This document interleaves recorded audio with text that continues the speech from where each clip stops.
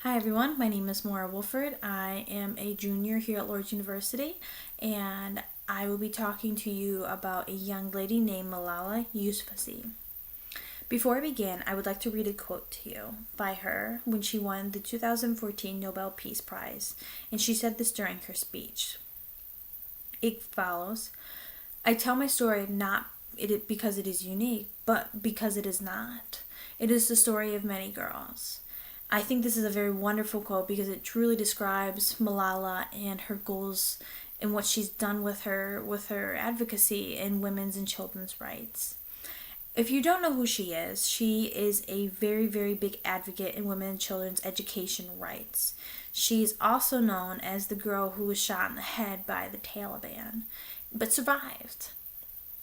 She has truly changed the entire world's view on the importance of education and is continuing to do so to this day. So Malala was born on July 12th, 1996 in Swat Valley in Pakistan. Swat Valley is also now known as the Khyber Pakhtunkhwa province of Pakistan. Although I may be pronouncing some of these names wrong, so please forgive me for that.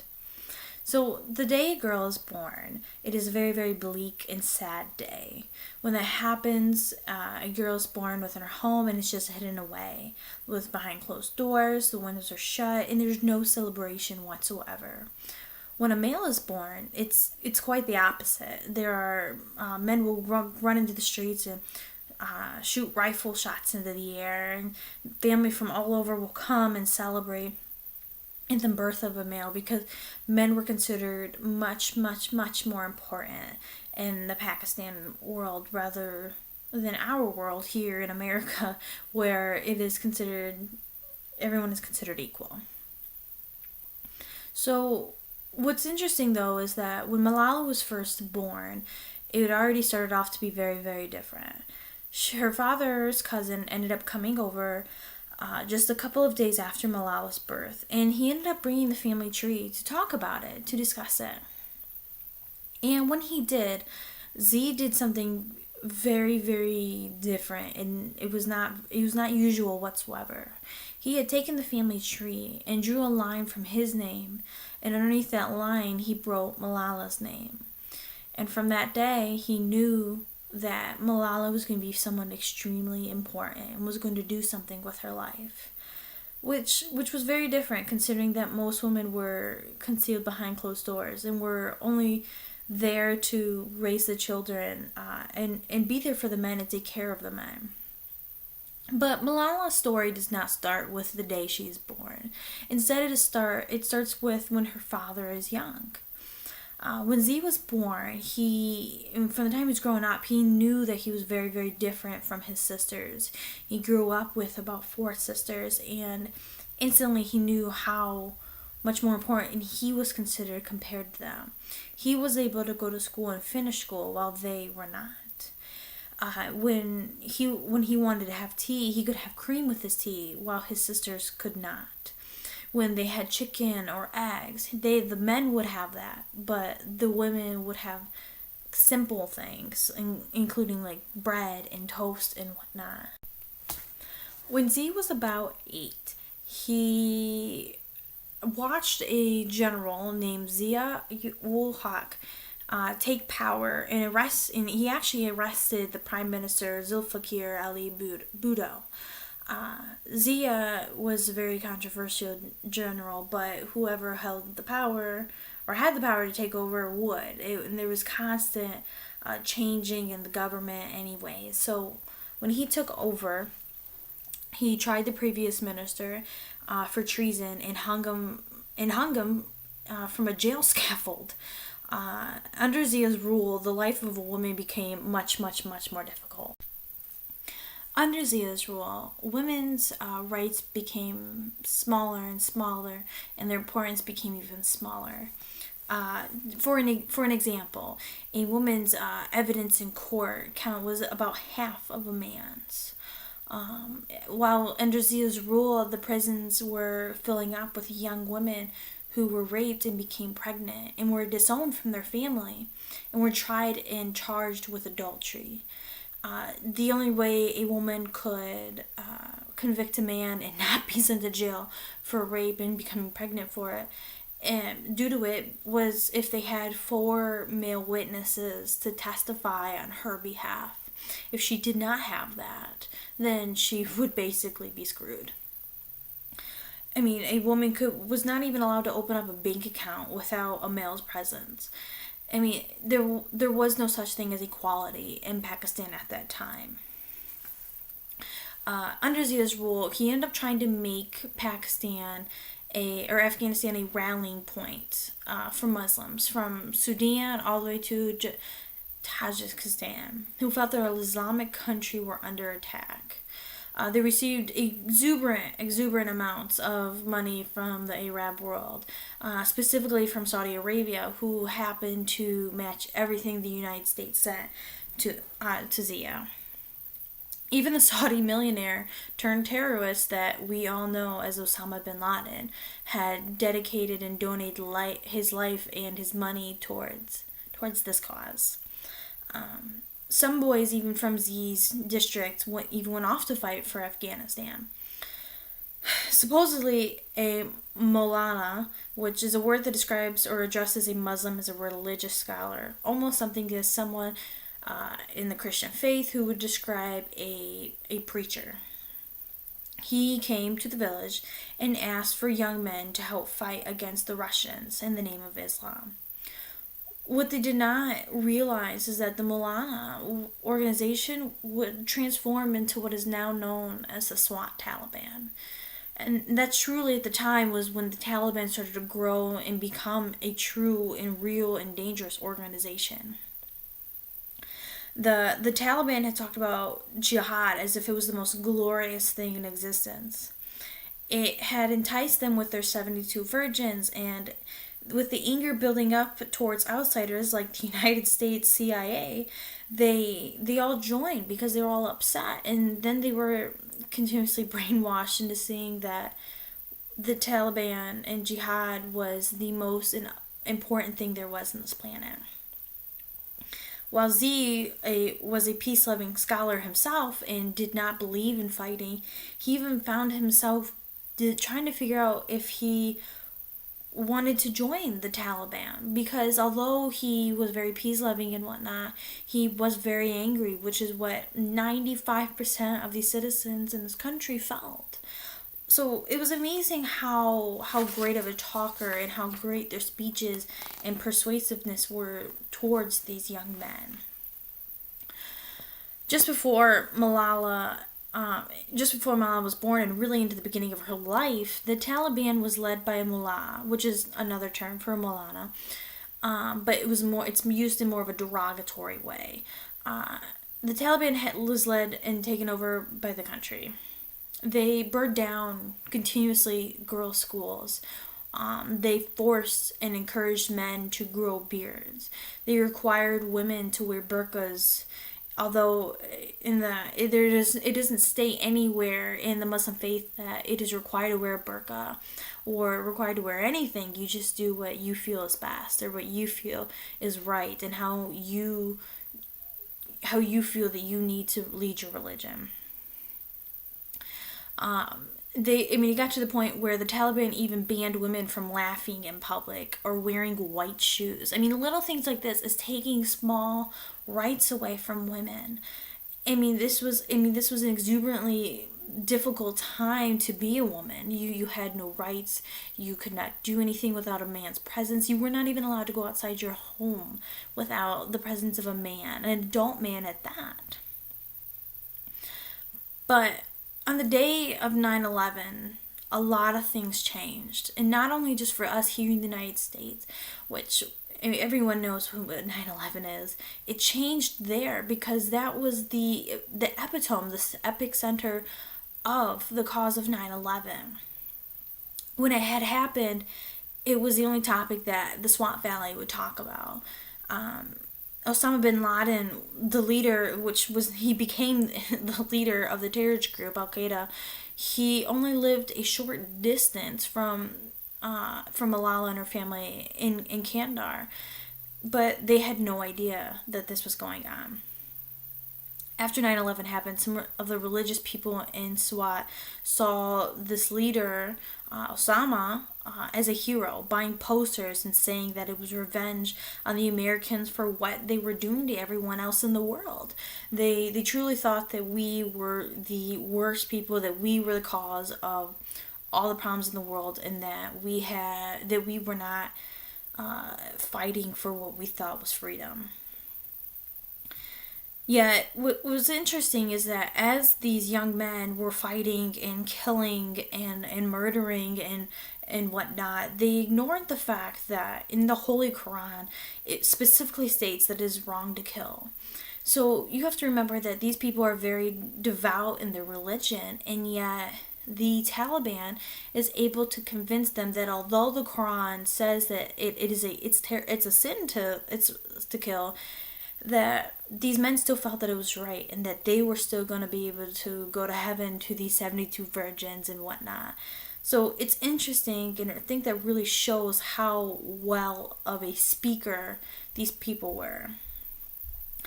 As time went on, a man named Fazlullah became the leader of the SWAT Taliban and started a radio station.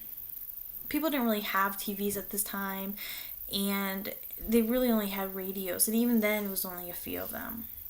At first, he introduced himself simply as an Islamic reformer and interpreter of the Quran. He began talking to people about making good habits, ridding themselves of bad habits, like smoking, and even talked about which body part to wash first. So he truly started to present himself as a man of his religion. As time went on, he began telling people to stop listening to music, to stop dancing, and stop watching movies, because they were supposedly sinful acts that would make God cause wrath on them, it was amazing about how many people truly listened and believed in him. Shortly after this, Taliban started taking over villages, flying black and white flags that stood for the Fallujah's Taliban. They began appearing on the village's police stations and entering villages with megaphones, making the police flee. I mean, there was no policing at all in any village. When the Taliban entered, they were the new police, and you were going to play by their rules or you were going to die. When all this happened, though, there was some good news that did come through. A young lady named Benazir Bhutto was returning from exile, and this specific woman was considered Malala's role model. She was the reason why girls could even think about speaking out and following their dreams to become a politician. She truly was a female paving the path for the future of women. Malala, in her book, had described her as symbolizing, quote, the end of dictatorship and the beginning of the democracy, as well as sending a message of hope and strength. She was the only political leader who had spoken out against the militants, even though she was exiled from her country. The Taliban, though, saw her as a threat. So, during a parade held in her honor, Benazir was on a bus that was blown up, but she miraculously survived. But unfortunately, a total of 150 people were killed, and many of them were students who had made a human chain around the bus, calling them martyrs for Benazir. But the Taliban didn't care. They still blew this bus up, and they killed students, they killed children and women and men, and they did not care. They did it because they felt it was right for their cause. On December 27th, in 2007, Benazir had addressed a rally for elections, and while in a bulletproof Toyota Land Cruiser, she had popped her head out through a sunroof to wave to her supporters. All that was heard next was the crack of gunfire along with an explosion of a suicide bomber who blew himself up on the side of her vehicle. She was later then pronounced dead that night. Although it was a tragic time for Malala, after she learned about Benazir's death, she thought to herself, why don't you go there and fight for women's rights? If Benazir can do it, why can't she? For the next year, all day, Malala and her family could only hear explosions and gunfire as the Taliban started warring with the country's military closer and closer to her home. Sometimes she talks about in her book that sometimes she would be up all night long listening to this gunfire and to the bombs and just hearing people die. She knew that only miles away people were dying and shooting each other, and it was just nothing but violence around her. So as Malala grew up, she was blessed to the fact that her father Z had owned his own school. She grew up and watched her father speak at events, various schools, and councils that was advocating for education rights because he truly, truly believed the importance of education. With owning his own school, Malala had attended for as long as she could. He also knew Z had known that the Taliban feared them because they believed that education was a threat. They believed that books and pens were a threat to them, which is very surprising considering they were grown men who were very, very violent. Because of this, this encouraged Malala to tag along with her father to go to some of the events. She decided to start talking about some of her hardships of being a girl and wanting an education. Although safety was a concern, she talks about in her book that in her heart, it was the belief that if this is what she was meant to do, then God would protect her. So she continued on this journey and speaking out for girls' rights. By the end of 2008, 400 schools had been devastated by the hand of the Taliban. There was also a new government with President Asif Zardari, who was the widow of Benazir. Yet he and the new government had no interest in the Swat Valley and whatever happened to the Swat Valley. In 2008, Malala was offered to write a short diary for BBC Radio for Abdul Hai Kakar, a BBC radio correspondent, that discussed her everyday life. When Malala agreed to write this kind of sort of diary for the BBC Radio, she wrote under the pen name Gul Mackay, and her first entry was published in January 3rd, 2009. And once it was printed, it received a lot of attention, and some extracts were even printed in various newspapers.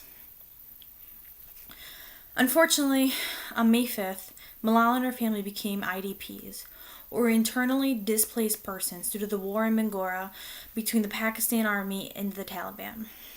The army told everyone in Swat to leave so that they could take the land back from the Taliban. Finally, on July 4th, 2009, nearly 3 months, they were able to return. When her father had returned and he looked in his office, he found a note left by the army. It had said that it was the citizens' fault for allowing the Taliban to control so much of Swat. This goes to show you that the military had no respect for the citizens. They felt that they were also above them, and they also really were not there to help the citizens. They were there just to create more power. And they blamed the citizens for a lot when the citizens really had no control over the Taliban. They felt the military truly thought that the people should be fighting back with all that they can. When a lot of these people were sick and they were ill, they had no way to fight back, but the military blamed them anyways. While all this went on, after all this war, a flood demolished 7,000 schools. It drowned 2,000 people and affected nearly 14 million people throughout the country, many of which of these people lost their homes. So Malala's father began receiving death threats during this.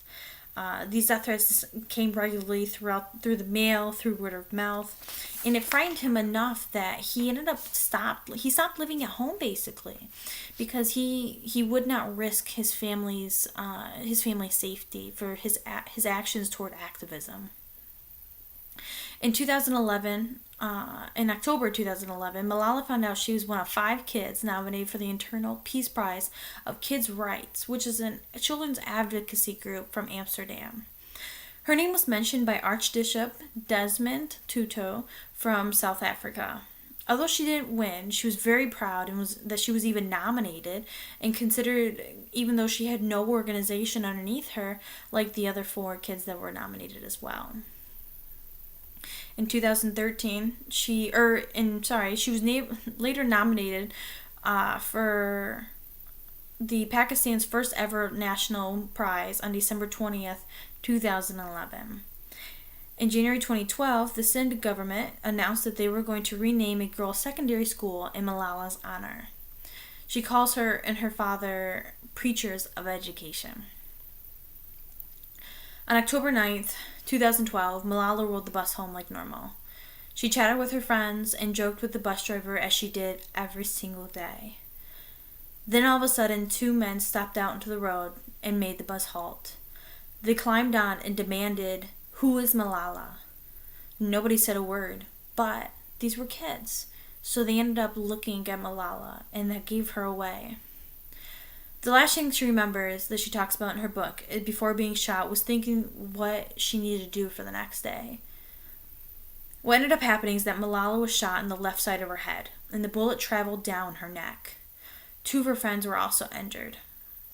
Malala was in critical condition, so she was flown from her local hospital to a more experienced military hospital that resided in Peshawar. In the helicopter, she continued to vomit blood and bleed from her left ear. Although the local hospital said that she would be fine, that the bullet had missed some things, the doctors were very, very concerned. While she was in ICU, her brain had continued to swell, so they removed a portion of her skull and put her in a medically induced coma.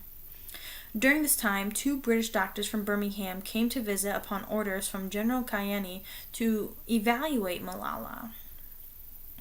As known and experienced leading experts, they agreed that the right surgeries were done, but that the aftercare that she had received would eventually kill her. And they had given the list to the staff for them to fix so that Malala would survive. Unfortunately, none of those things happened, and Malala began to deteriorate. To receive better care, she was flown to Birmingham, England, without her family, and her family did not rejoin her until 13 days later. When she arrived in the UK, she was taken out of the coma and received multiple surgeries, including a titanium plate to replace the missing piece of skull and to repair a facial nerve that paralyzed the entire left side of her face. Miraculously, she suffered no major brain damage, and in March 2013, she began attending school in Birmingham. After suffering all of this, she still feels no hatred or anger towards the man who shot her and her friends. The only thing she regrets is not getting the chance to speak to them and explain what she was about before they pulled that trigger. After being shot, Malala had received an enormous amount of support from all over the world. On her 16th birthday, she even gave a speech in 2013 at the United Nations. In October 2013, the European Parliament awarded her a prize for freedom of thought to attest to her work in education and girls' rights. Following this, she was nominated for the Nobel Peace Prize, but she did not win. She was then named for a second time in 2014 and did win. She won actually along with a man named Kailash, which is also an activist with Indians' children's rights. Malala's leadership and bravery has truly made her a role model to a lot of women, to a woman like I am, because it makes me think that I can make a difference no matter what. If this girl who nearly lost her life speaking up for basic human rights for children and women, then I can make a difference here in the United States. In her speech, she said that this is where I will begin, but this is not where I stop. So I don't believe this is going to be the last time we see or hear about Malala. I believe that through our lifetime we hear about her accomplishments, and I truly believe that she will be able to make a difference in the lives of millions and millions of children and young girls, and that education will become a mandatory, basic right to everybody. Thank you.